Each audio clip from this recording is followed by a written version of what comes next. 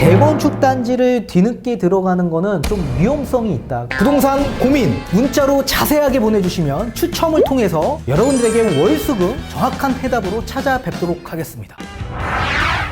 구독, 좋아요, 알림 설정까지.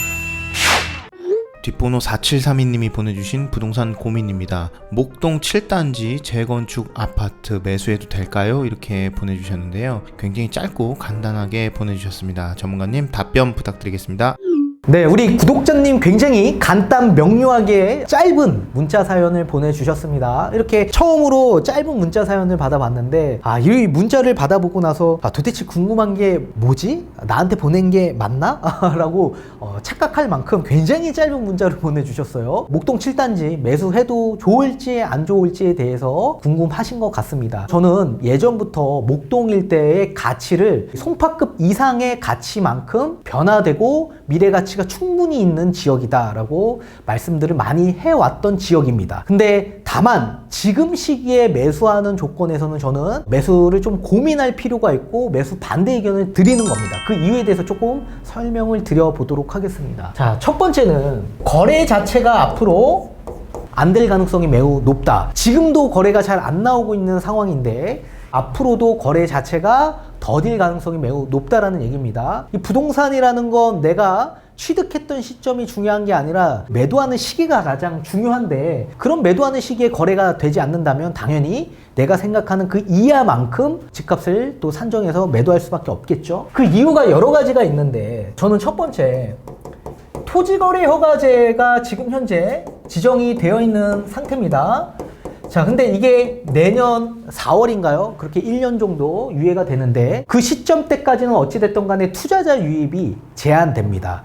대지 면적 18제곱미터 이하는 매매가 가능한데 재건축 단지에서는 당연히 대지 면적 5평 그 이상이 다 되다 보니까 실수요 아니면 내 집을 살 수가 없습니다. 제가 보기에는 아마도 투자자가 아니라 우리 구독자님이 실수요 입장이신 것 같습니다. 내 물건을 누군가가 사줘야 될 텐데 이런 재건축 단지의 실수요층들이 좀 많이 제한적이다. 그래서 투자자가 내 물건을 사줘야 되는 이런 상품인데 그러기에 너무 제한적이지 않을까 그렇게 보고 있고 내년 4월이 돼서도 마찬가지 이 집값에 대한 상승 여분이 계속 지속된다면 아마도 토지거래 허가제를 다시 또 재지정될 가능성이 매우 높아진다. 자, 그리고 두 번째는 2년 거주 의무 기간이 신설이 될 가능성이 매우 높아 보인다. 작년에 6.17 대책이 나왔을 때 이 재건축에 대한 2년 거주 의무 기간이 신설이 되었었습니다. 이 대책에. 근데 이제 작년 12월에 도정법이 개정이 되면서 바뀌어야 되는 건데 아직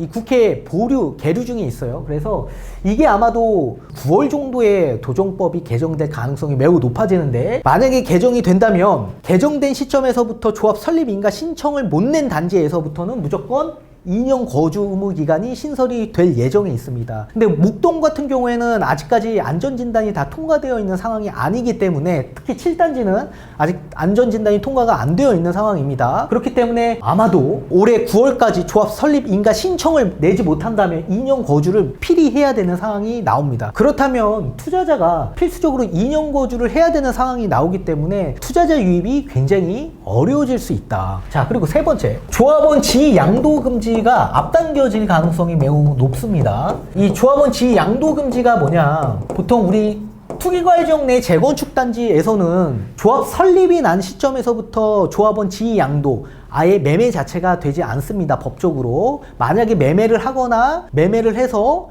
매수하시는 분들은 분양을 받기는커녕 청산입니다. 그렇기 때문에 이게 가장 중요한데 이 시점을 앞당기겠다라고 얼마 전에 발표가 나왔었죠. 안전진단이 통과된 이후부터 조합원 지위 양도 금지가 발생될 가능성이 매우 높아지는 시기입니다. 이게 약간은 조금 애매모호한 게 보통 대책이 나오면 정확한 시점과 날짜가 기재되어야 되는데 이번에는 기재되어 있는 게 아니라 그냥 안전진단 통과 이후에 조합원 지위 양도 금지를 발생시키겠다라고 전문으로 나와 있습니다. 이러다 보니까 안전진단 통과 이후니까 목동은 안전진단이 아직 통과가 안 됐기 때문에 그러면 조합원 지위 양도 금지가 발생이 안 되겠네 라고 생각할 수 있지만 일각에서는 이거 소급 적용시킬 수 있는 거 아니냐, 정확한 날짜와 정확한 시점이 나와 있는 게 아니기 때문에, 그렇기 때문에 지금 투자자건 어떤 매수자건 지금 자칫 잘못 들어갔다 만약에 조합원치 양도 금지가 나한테 발생이 된다? 그럼 위험 가능성의 리스크가 존재하기 때문에 지금 들어오는 게 굉장히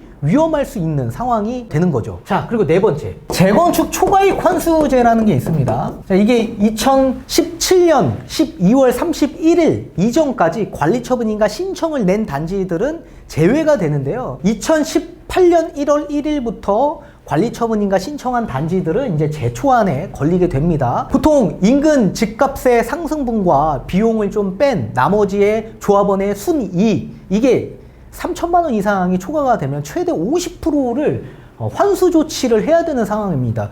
그러면 미쳤다고 우리 조합원들이 제초안을 내면서까지 재건축을 추진할 가능성이 매우 높겠습니까? 그럴 가능성이 매우 적겠죠. 그럼 제초안을 피한 단지들은 진행 속도가 빨라질 수밖에 없겠죠. 그러니까 원밸리나 메이플 자이 같은 이런 큰 단지들은 제초안은 다 피해갔잖아요.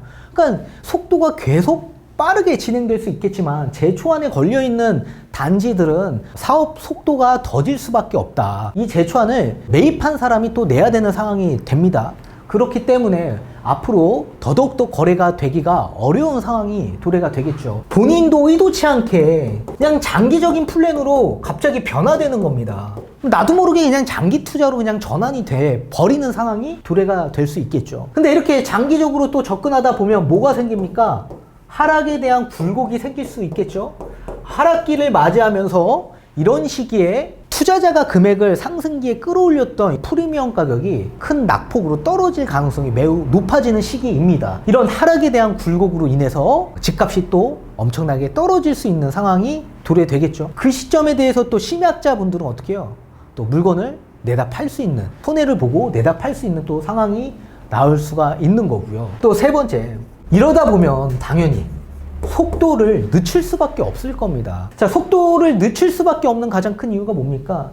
지금은 고분양가로 책정할 수 있겠지만 그나마 집값이 시세가 높아지기 때문에, 근데 집값이 떨어지면 떨어진 시세에 또 낮은 가격으로 또 분양할 수밖에 없겠죠. 그러면 분담금이 늘어날 수밖에 없는 상황이 나오게 된다. 분담금이 늘어나면 추진하겠습니까?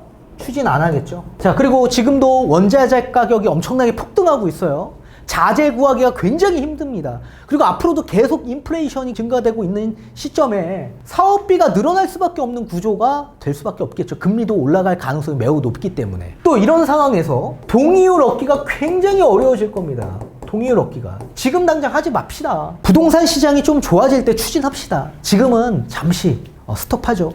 이런 분들이 굉장히 많겠죠. 그러면 동의율은 떨어질 수밖에 없는 상황이 나옵니다. 따라서 지금은 거래 자체 또한 되지 않는 상황이고 앞으로도 마찬가지입니다. 거래가 쉽게 되기가 어려운 상황이 많겠죠. 이런 상황에서 본인도 모르게 장기적인 투자로 전환될 가능성이 매우 높아지는 시기고, 자, 이런 시기에 투자자가 금액을 끌어올렸던 이 가격이 하락을 맞이하면서 큰 낙폭으로 또 떨어질 가능성이 매우 높습니다. 특히 이런 정비 사업의 낙폭이 제일 큽니다. 투자자가 사줘야 되는 물건이기 때문에 큰 거예요. 자, 이런 상황에서 당연히 속도를 내기가 어려워지는 상황이 도래가 될 겁니다. 따라서 지금 실수요 입장이건 투자자 입장이건 재건축 단지를 뒤늦게 들어가는 거는 좀 위험성이 있다. 그렇기 때문에 좀 많이 고민하실 필요가 있고, 저의 의견으로서는 매수 반대 의견을 드리고 싶은 겁니다. 조심하십시오.